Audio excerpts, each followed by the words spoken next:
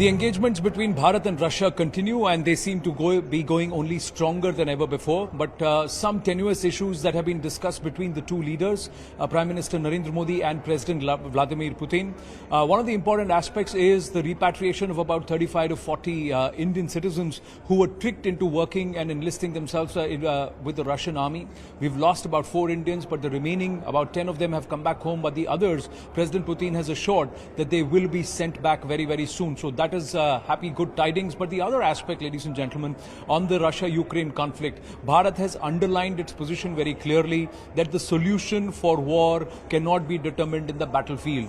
Dialogue and diplomacy are the only way forward. It has to be done by sitting across on the table. The Russian point of view has been that the Russian Federation has been the only one that has mooted or moved a peace proposal and said, let's talk and let's try and negotiate and let's talk peace.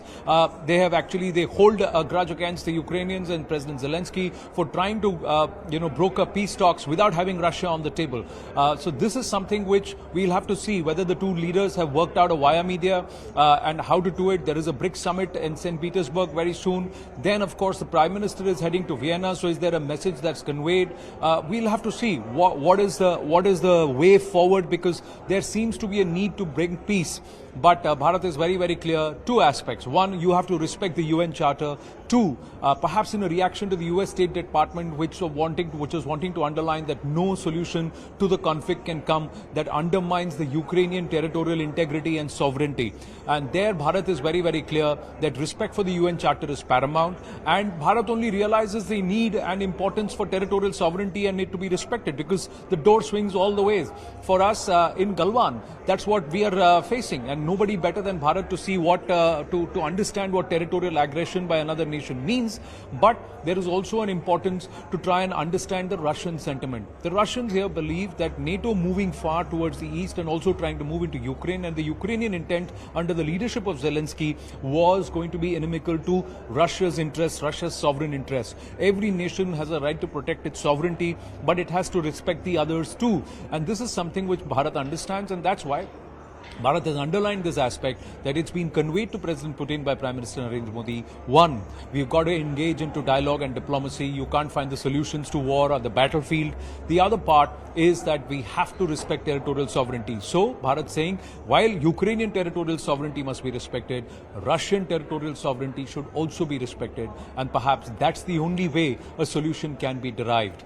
And this is significant given the fact that these two leaders share a very, very warm personal friendship. It was the 17th time the two were meeting in the last decade itself. The first time since about 2022 when they met on the sidelines of the SCO summit, or perhaps the first bilateral engagement since December 2021 when President Putin was in Bharat.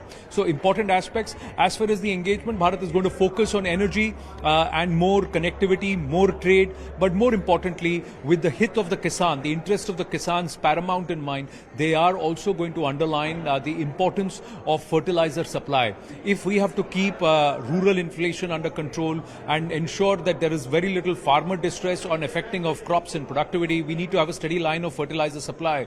Russia, Belarus and Ukraine are the 3 largest suppliers for fertilizers, not just across the world, but more importantly for Bharat. And Bharat wants an assurance, perhaps it will be in the MOU, that there will be a steady supply of fertilizer. So the trade imbalance will be addressed, economic issues will be addressed, energy cooperation will be addressed.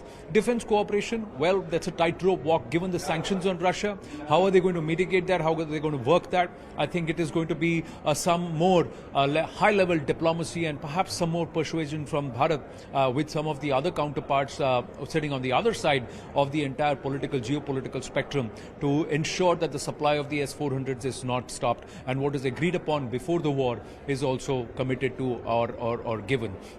So some of these aspects very interesting, very encouraging. We'll have to see. The conversations around the MOU will go on till the last minute before, as the bilaterals happen and the engagements are signed. But the mood is very, very positive. The intent is to move forward and not backward. And perhaps that's an underlining the Indo-Russian equations. It's of trust, it's of belief in each other, it's of mutual respect, and it's of constant engagement. In Moscow, this is Anand Narsimhan for CNN News 18.